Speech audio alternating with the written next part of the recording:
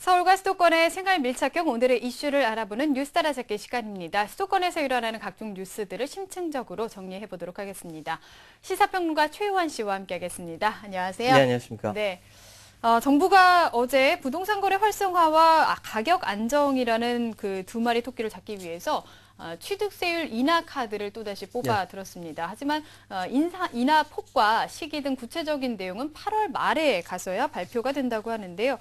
과연 부동산 시장이 어떻게 반응할까요? 오늘 전모를 살펴보도록 하겠습니다. 일단 현재 상황을 좀 말씀을 해주시죠. 예, 이 정부가 주택시장 정상화를 위해서 이 취득세율 인하 방침을 확정했습니다. 하지만 세수 부족을 보전할 방안이라든지 일적인 거래 절벽 이 문제를 해소할 방안에 대해서는 답을 하지 못했어요. 네. 그러니까 어제 20일 기획재정부, 안전행정부, 국토교통부 세부처가 정부 세종청사에서 합동 브리핑을 열고 취득세를 인하한다는 기본 전제하에 관계부처 간의 협의를 진행 중에 있다라고 밝혔는데요. 이에 대해 지난 16일 현호석 부총리가 기획재정부 장관이 긴급 관계장관 회의를 개최한 이후에 결정됐다고 합니다. 네. 그러니까 구체적인 방안은 이제 그 부처 간 논의를 거쳐서 8월 말쯤에 마련될 것이라고 하고요. 국회의 법안 처리를 통해서 최종 확정된다고 합니다. 현재까지 알려진 바로는 취득세율 인하 폭 등 구체적인 내용은 아직 마련되지 않은 것으로 알려져 있고요. 김낙혜 그 기재부 세제실장이 어떻게 얘기했냐면요. 인하폭은 현재 안행부, 국토부 협의하고 있다. 네. 그래서 이제 구체적인 인하폭은 재원의 문제가 있기 때문에 좀 더 충분히 협의해서 8월 말쯤까지는 발표하겠다. 뭐 이렇게 이야기했습니다. 네, 그러니까 구체적인 것은 아직 정해지진 않았지만 인하하겠다는 것만 지금 발표가 된 상황이고요. 이 사안을 가지고 뭐 지자체 간의 갈등도 있을 정도로 간단한 사업이 아닐 텐데요. 일단 취득세율을 인하하겠다고 밝힌 배경을 좀 알아보죠. 예, 취득세율을 인하하겠다. 제목만 밝혔다. 뭐 이렇게 어제 언론 보도에서 나오더라고요. 네. 일단 이 취득세 인하에 대해서 이미 서승환 국토교통부 장관이 예전부터 취득세 감면 연장보다는 항구적인 인하가 필요하다 이렇게 말을 해왔습니다. 네네. 그래서 시장 반응도 사실 이번 그 기획재정 발표 그다지 이렇게 파격적으로 이렇게 다가오는 것 같지는 않은 상황이고 물론 이제 요거는 좀 시간이 좀 흘러봐야 알 수 있겠지만 현재까지는 반응은 그렇습니다. 네네. 그리고 이번 발표가 박근혜 정부가 발표했던 4.1 부동산 정책에 시들어갈 때쯤 이게 발표한 거죠. 사실상 4.1 부동산 대책 자체가 실패한 건 아니냐, 이거 자인하는 거 아니냐, 이런 시장의 지적이 분명히 있었습니다. 네. 이 시장 반응이 이렇게 뜨뜻미지근한 것은요, 서승환 장관 취임 100일 인터뷰에서부터 이제 취득세 감면 연장보다는 항구적인 인하가 필요하다. 취득세나 뭐 양도세, 종부세, 재산세 등 주택 관련 세금 이 자체 전면 재검토가 필요하다.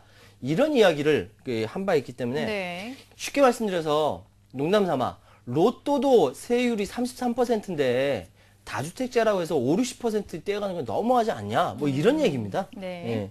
이참에 세금과 관련해서 확 뜯어 고치자는 그러니까 부동산 세제 관련해서 큰 골격안을 바꾸자라는 이 주무부처 이 안에 주무부처인 기획재정부도 네. 좀 공감하면서 시장에 이미 신호를 준 거죠. 그래서 면역이 생긴 것이다. 뭐 이렇게 해석이 되고요. 질문하셨던 그 취득세율 인하 관련된 배경도 이미 수차례 신호를 줬는데 뒤에 아무것도 없으면 좀 섭섭하잖아요. 그러니까 필요성이 있다라고 인정하는 이 변화가 필요하다는 그 필요성 때문으로 나온 걸로 보이고요. 적어도 네.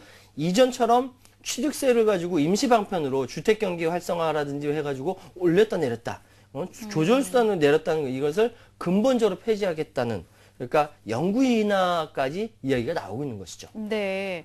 네, 이번 발표가 실효성이 있으려면 지난 6월로 종료된 취득세 감면 혜택이 종료되기 전에 그러니까 이어서 시행이 됐어야 한다 이런 얘기도 나오고 있는데요. 어떤가요? 저도 아쉽습니다. 그에 대해서는 파급력이 좀 있었을 텐데요. 현재 취득세는요. 주택거래 가격이 9억 원 이하면 2%, 초과하면 4% 붙죠. 하지만 정부가 이 매번 부동산 거래 활성화라는 목표를 위해서 그 목표라는 게 이제 선거랑 또 연결돼 있어요. 네. 그래서 이제 한시적으로 취득세를 또 감면했다가 또 원상복귀했다가 예? 반복한 바 있죠. 그래서 만약 그렇게 되면 어떻게 됩니까? 사람들이 당연히 다음 감면할 때까지 기다리지 않겠습니까? 당연한 거죠. 작년 9월부터 올해 6월까지 9억 원에서 12억 원 사이면은 2%, 12억 원 초과분에 대해서는 3%로 세율을 한시로 인하하기도 했습니다. 네네. 그래서 감면 혜택이 끝난 기간마다 거래액이 그냥 뚝뚝 끊게 그걸 거래절벽이라고 하잖아요. 거래절벽 생기가 항상 반복되는데 서승환 장관도 이게 굉장히 별로 안 좋아하나 봐요. 그래서 이제 거래절벽 없애기 위해서라도 영구적인 인하가 필요하다 강조했는데 문제는 결과적으로 이렇게 발언한 이 자체가 서 장관 이 발언이 시장의 기대감을 다시 부추겼다는 거죠. 네. 그래서 거래절벽 현상을 증가시키는 문제를 가져왔다는 겁니다. 네네. 그래서 일부에서는 지난 6월 말에 취득세 감면 혜택이 끝나기 전에 바로 이어서 정광석화처럼 세제 개편을 탁 이렇게 했다 지적하고 있죠. 아쉽죠. 그러니까 말로는 취득세율을 조정하겠다 얘기했는데 바로 시행했어야지 8월 말 확정되면 하겠다라고 하면 누가 지금 세금 내가지고 집 사겠느냐 이 얘기죠. 네네. 뭐 소급 적용으로 이제 거래를 막을 수 있겠지만 이미 정부에서는 그런 소급 적용이 뭐 위헌 소지가 있다고 해가지고 아예 못한다. 정부에서 못한다. 말뚝 박은 상태입니다. 그래서 결국은 취득세 인하로 시장을 왜곡시켰던 걸 정상화하는 수순이라고는 얘기하는데 당분간 이 거래절벽 현상은 계속 될 것 같습니다. 네, 그러니까요. 8월 말까지 구체적인 것이 그러니까 나올 때까지는 거래가 거의 없을 것으로 네. 예상이 되는데 그렇다면은 이번에 취득세율 조정에 대해서 시장의 기대치는 어떨까요? 이게 전문가하고 현장하고 좀 달라요. 전문가들은 취득세율 조정 통해서 거래 활성화가 이루어지면 적어도 직전에 시행됐던 취득세 감면 혜택 수준은 되어야 한다. 예, 강조하죠. 4일 부동산 대책이요. 이 취득세 감면 혜택 끝나자마자 약발이 다 했을 정도로 영향이 거의 없었다면 적어도 이전만큼은 해야 되지 않냐 이 얘기죠. 취득세율을 조정하면은 거래 활성 일부 도움 되겠지만 현재 4일 대책도 약발이 떨어진 상태에서 내수 경기가 또 이렇게 위축되어 있는 상황이기 때문에 이전보다 효과가 좀 덜할 것이다. 이렇게 전문가들은 보고 있는데 일선 중개업소에서는 이게 기대 반 걱정 반입니다. 왜냐하면 정부가 이렇게 하겠다고 발표만 했어도 그 사이에 매수 매도 문의가 계속 들어왔다라는 겁니다. 네. 이게 반응이 있다는 거죠. 근데 만약에 취득세 인하 효과 기간이 이렇게 기대에 미치지 못했을 경우 이러면 오히려 더 거래가 줄어들 것이다. 네. 라는 이 불안감을 또 같이 갖고 있는 거죠. 네. 그래서 이제 정부도 아직까지 바꾸긴 바꿔야 할 텐데 영구적으로 인하할 건지 기간을 정할 건지 아직 그것까지도 정하지 않은 것이죠. 네, 그러니까 계속해서 고민을 하고 있는 예, 예. 상황인 거죠. 근데 문제는 지자체들이 강력하게 반대를 하고 나섰다는 겁니다. 이 서울시나 경기도를 비롯해서 지자체는 이 취득세가 큰 수입원인데 예. 인하가 됐을 때 충격이 대단할 것으로 그러니까 보고 있는 거겠죠. 우리가 이제 말은 충격이 대단하다는데 사실은 어제 진짜 난리가 났었습니다. 지자체들이 정부가 이날 어제 거론하지도 않았던 일각에서 제기했던 재산세율 인상, 과표 현실화 여기에서도 굉장히 강한 거부감을 드러냈거든요. 조금 있다가 지금 1시 반쯤 되니까요. 이 3시부터 전국 시도지사협의회 프레스센터에서 긴급 기자회견을 열고 여기서 강력하게 성토하면서 반대 기자회견을 한다고 합니다. 네. 근데 준비된 그림이 있는데 한번 그림 보시면서 같이 이야기 한번 나눠보시죠. 지방자치단체의 어느 정도 수입원인지 한번 밝혀주는 그림입니다. 네. 서울시에 따르면요. 서울시 연간 취득세 규모는 3조 원입니다. 이중 주택 취득세 비중이 40%에 달합니다. 네. 보십시오. 예. 토지 건물 올 상반기 주택 거래에서 소폭 늘어서 나서 세수비에 크게 문제가 없지만 정부의 보전 없이 취득세 영구 인하가 결정될 경우 하반기가 걱정이. 왜냐면 이게 싹 날아가니까. 네. 취득세 감면 연장 조치로 서울시에 주어진 취득세율 2,800억 원에 달하는데 취득세 영구 인하. 와, 이건 서울시가 수천억의 세수입이 사라진다는 것입니다. 그림을 보시듯이 토지 건물, 주택 유상거래, 차량, 주택 무상 취득 이거 다 이렇게 취득세거든요. 네. 이게 없어진다는 것이죠. 그리고 또 그 사이에 정부의 취득세 감면 보전이 상습적으로 지연되어 왔다. 안 줬다는 겁니다. 네. 그래서 지자체들이 굉장히 이거 화가 많이 나 있어요. 그래서 정부가 지난해 취득세 감면 조치 관련해서 서울시 지급했던 보전금액 19억 원 아직도 안 주고 있습니다. 2011년 취득세 감면 보전 일부 올해서야 겨우 이렇게 지급을 한 겁니다. 네. 소통도 안 되고 보전 대책도 없고 그런데 정부가 일방적으로 결정했다. 지자체 따라가라. 어느 지자체가 따라가겠습니까? 뭐 이런 상황이에요. 특히 경기도는 지난 17일 날 지방재정 보전 대책 없이 절대 취득세 연구하면 있을 수 없다. 아주 강력하게 반발했거든요. 왜냐? 네. 경기도 경우 연간 7조 3천억 원 세수 거기서 나오거든요. 네. 반발할 수밖에 없고 난리가 났습니다. 네, 충격이 어마어마할 것 같은데 네. 이런 상황에서 정부가 다각도로 대책을 마련하고 있습니다. 어떤 방식을 택하게 될까요? 저는 이제 효율적이지는 않은 것 같은데 어떤 예상할 수 있는 방식이 몇 가지 있어요. 가장 유력한 방법을 꼽는 것이 지방소비세율을 개편해서 그 중앙정부가 지방자치대는 지방소비세, 국세인 부가가치세를 현재 5%에서 2배로 높여서 주겠다라는 것인데요.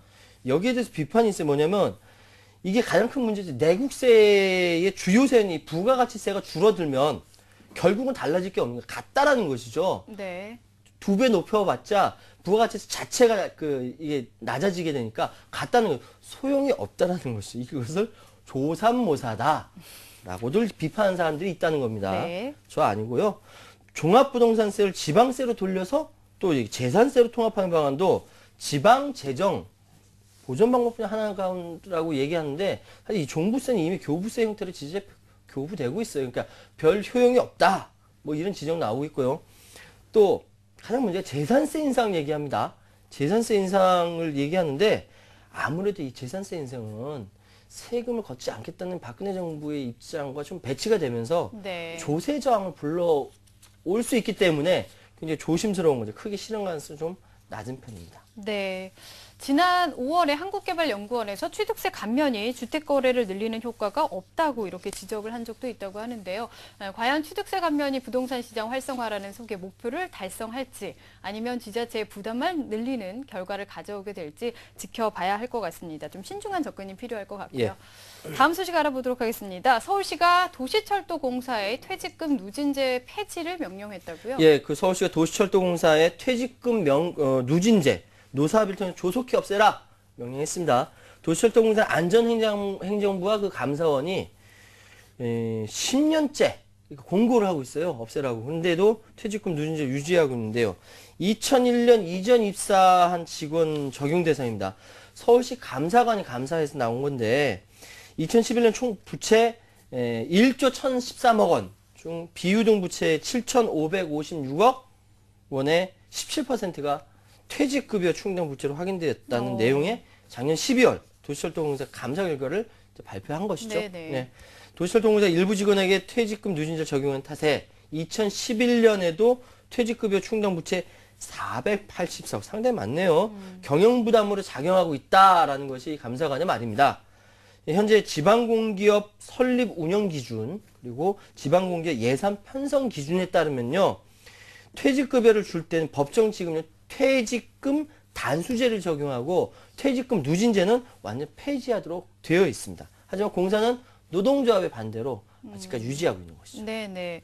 그러면 이제 감사관이 판단하기에는 퇴직급여 충당금이 앞으로 도시철도 경영수지의 악화 요인이 될 거다 이렇게 보는 거죠. 아무래도요. 네네. 네, 그러겠죠. 시감사에 따른 일부에 대한 퇴직금 누진제가 2002년부터 2012년 11월까지 556명에게 현행 규정보다 51억 원 더 지급됐다. 뭐 이렇게 이야기를 합니다. 네.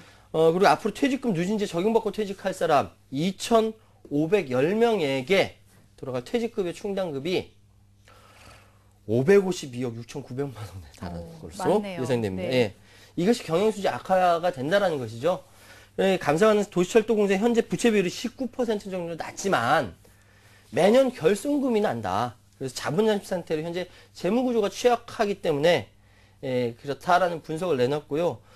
또 사실상 수송 원가에도 못 미치고 있는 그 낮은 운임 수준이고 또 인건비, 감가상각비, 영업비용 계속 증가하기 때문에 단기 순손실이 계속 발생하고 있다라는 것이죠.